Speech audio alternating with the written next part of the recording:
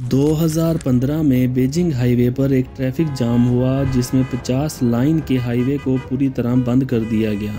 1980 में French auto root highway पर traffic jam इतना ज़्यादा था कि हाईवे पर 175 किलोमीटर तक गाड़ियां फंसी रहीं। पेरिस से लेकर लियोन तक इस ट्रैफिक जाम को क्लियर करने में काफ़ी दिन लग गए थे। इसी तरह जर्मनी, ब्राज़ील और अमेरिका समेत दुनिया के कई हिस्सों में ट्रैफिक जाम होता रहा है, जहां गाड़ियां कई हफ्ते तक फंसी रही हैं। लेकिन आज हम जिस ट्रैफिक जाम के बारे में बात करेंगे उसके बारे में जानकर आप भी बहुत हैरान होंगे। ये ट्रैफिक जाम दिनों, हफ्तों और महीनों का नहीं बल्कि हैरत अंगेज़ तौर पर पूरे 8 सालों तक चलता रहा। जी हाँ, पूरे 8 साल। हमारे चैनल में एक दफ़ा फिर से खुशामदीद। दोस्तों, दुनिया का सबसे लंबा और सबसे मुश्किल ट्रैफिक जैम सुएज़ कैनाल में हुआ था, जिसमें शिप्स और इनमें मौजूद हज़ारों लोग अगले 8 सालों तक बुरी तरह फंसे रहे। एक्सप्रेस और हाईवेज़ पर ट्रैफिक जाम खुलवाने के लिए ज़्यादा से ज़्यादा हफ्ते लग सकते हैं, लेकिन सुएज़ कैनाल में होने वाले जैम को खुलवाना किसी के बस की बात नहीं थी। चलें इस अनोखे और सबसे लंबे अर्से तक चलने वाले ट्रैफिक जाम की इंटरेस्टिंग स्टोरी जानते हैं। जैसे कि हम सबको पता है कि सुएज़ कैनाल को शिपिंग और ट्रेडिंग इंडस्ट्री का जेवर माना जाता है। 1869 से पहले जब शिपिंग इंडस्ट्री के पास सुएज़ कैनाल का तोहफा नहीं था तो यूरोप और एशिया के दरमियान शिप्स को अफ्रीकन कंटिनेंट से घूमकर यूरोप जाना पड़ता था। सुएज़ कैनाल ने शिपिंग इंडस्ट्री का ये महीनों का सफ़र दिनों में बदल दिया और अब यूरोप से शिप्स मेडिटेरियन सी से होती हुई सीधा रेड सी पहुंचकर एशियन कंटिनेंट को एक्सेस कर सकती हैं। इस रूट को इस्तेमाल करके हर शिप तकरीबन 10,000 किलोमीटर का फासला बचा लेती है। इसके अलावा अफ्रीकन वाटर में कई पायरेट्स गैंग्स यहाँ से गुजरने वाली शिप्स को लूट लेते थे। इन पायरेट गैंग्स में सोमालियन पायरेट्स और वेस्ट अफ्रीकन पायरेट्स काफ़ी फेमस हैं। ये पायरेट्स शिप्स को ज़बरदस्ती रोककर करोड़ों डॉलर्स का माल लूट लेते थे और लोगों को होस्टेज बनाकर अपनी मांगें भी पूरी करवाते थे। सुएज़ कैनाल ने इन शिप्स को लंबे डिस्टेंस के साथ साथ इन पायरेट्स भी बचाने का काम किया था। ये वाक़या 5 जून 1967 का है, जब सुबह के वक्त 15 कार्गो शिप्स सुएज़ कैनाल के मेडिटेरेनियन सी से दाखिल होती हैं। नॉर्मली शिप्स को ये कैनाल क्रॉस करने में सिर्फ 12 घंटे लगते हैं, लेकिन आज इन शिप्स का ये घंटों का सफ़र सालों तक लंबा होने वाला था और इस बात का अंदाज़ा किसी को भी नहीं था। ये वो दौर था जब इजिप्ट यानी मिस्र और इसराइल के दरमियान पहले से ही कशीदगी चल रही थी और दोनों पड़ोसी मुल्क एक दूसरे के खिलाफ जंग की तैयारियां कर रहे थे। अब अगर मैप में देखा जाए तो ये लाइन इसराइल और मिस्र का बॉर्डर है और इस बॉर्डर से सुएज़ कैनाल बहुत दूर है। सुएज़ कैनाल और बॉर्डर के दरमियान का फासला तकरीबन 200 किलोमीटर बनता है। इस पूरे हिस्से को साइनाई पेनिनसुला कहते हैं। अब क्योंकि सुएज़ कैनाल का फासला इसराइल से काफ़ी दूर था, इसलिए उन 15 शिप्स को कोई परेशानी नहीं थी। लेकिन उस दिन कुछ यूं हुआ कि अचानक दोनों मुल्कों के दरमियान जंग की शुरुआत हो गई। इसराइल ने इजिप्ट पर अचानक अटैक कर दिया। सिर्फ 1 घंटे के अंदर अंदर सुएज़ कैनाल के गिर्द कई रॉकेट और जहाज़ आ गिरे। हालात इतने ख़राब हो गए कि इजिप्ट की आर्मी ने फ़ौरन सुएज़ कैनाल को दोनों तरफ से बंद कर दिया। अगले 6 दिनों तक सख्त लड़ाई चलती रही, लेकिन इसराइली फोर्सेस पूरे साइनाई पेनिनसुला पर कब्जा जमाने में कामयाब हो गईं।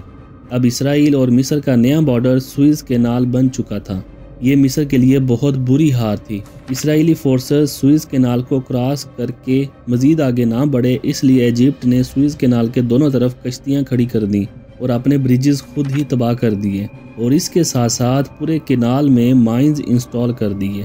ऐसा करने की सिर्फ एक ही वजह थी कि इस कैनाल को इसराइल के साथ साथ कोई भी इस्तेमाल ना कर सके। इसी दौरान 15 cargo ships great bitter lake में फंसी की फंसी रह गईं। इन शिप्स के वेस्ट में इजिप्ट की आर्मी तो ईस्ट में इसराइली फोर्सेस थीं और ये अब ना तो वापस मेडिटेरेनियन सी में जा सकती थीं और ना ही आगे रेड सी में। मुख्तसरन इन शिप्स के पास यहाँ वेट करने के अलावा और कोई ऑप्शन मौजूद नहीं था। इनके अलावा सैकड़ों और भी शिप्स थीं जिनको मेडिटेरेनियन और रेड सी में ही रोक दिया गया था। सब इसी उम्मीद में खड़े थे कि शायद मामला ठीक हो जाए, लेकिन मामला मज़ीद से मज़ीद ख़राब होता जा रहा था। दिन गुजरते गए, हफ्ते और फिर महीने, लेकिन इजिप्ट और इसराइल के दरमियान कशीदगी ख़त्म ना हो सकी। इस जंग का नुकसान पूरी दुनिया को हो रहा था क्योंकि शिपमेंट्स डिले हो गईं और फ्रेट चार्जेस कई गुना बढ़ा दिए गए।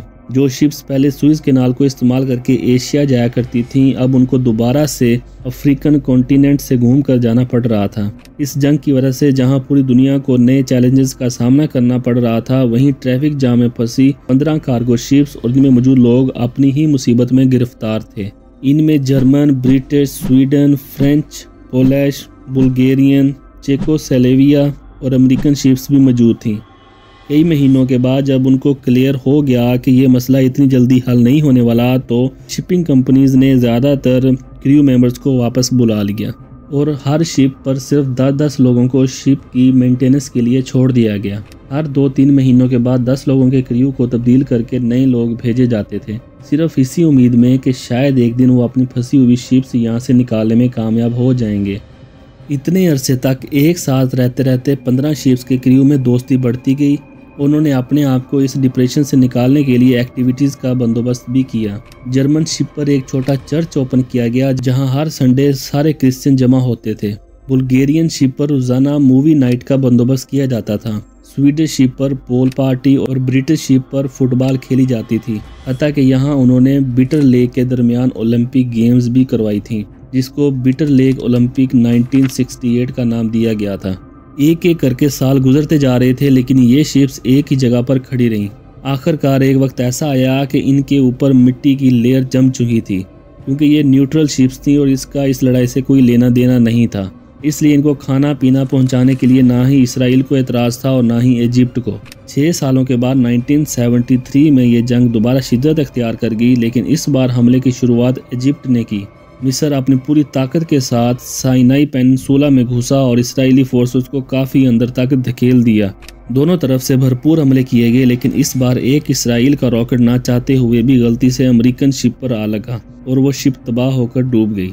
एक हफ्ता चलने वाली ये लड़ाई आखिरकार 24 अक्टूबर 1973 में ख़त्म हुई और इन दोनों मुल्कों के दरमियान सीज़ फायर का एग्रीमेंट हुआ और दोनों मुल्कों ने अपने ट्रूप्स वापस बुलाना शुरू कर दिए। 6 सालों तक चलने वाली जंग अब तो ख़त्म हो चुकी थी, लेकिन ट्रैफिक जाम में फंसी कार्गो शिप्स के लिए जैसे अभी तक जंग चल रही हो। इन 6 सालों में सुएज कैनाल के अंदर बोट्स, शिप्स, प्लेन्स और रॉकेट का मलबा बिखर चुका था। इसके अलावा इजिप्ट ने यहाँ माइंस भी इंस्टॉल कर रखी थी। इसी वजह से शिप्स का यहाँ से निकलना अभी भी मुमकिन नहीं था।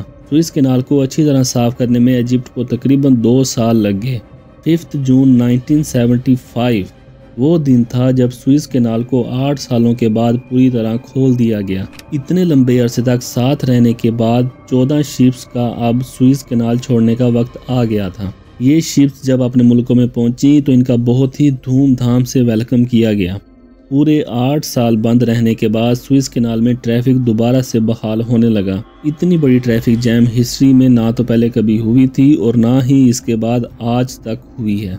दूसरी तरह इजिप्ट और इसराइल के ताल्लुकात बेहतर होते गए। इसराइल ने पूरा साइनाई पेनिनसुला मिस्र को वापस कर दिया और इजिप्ट ही वो पहली अरब कंट्री थी जिसने इसराइल को रिकॉग्नाइज किया था।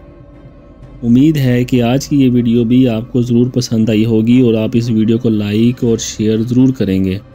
तो मिलते हैं अगली एक और शानदार वीडियो में।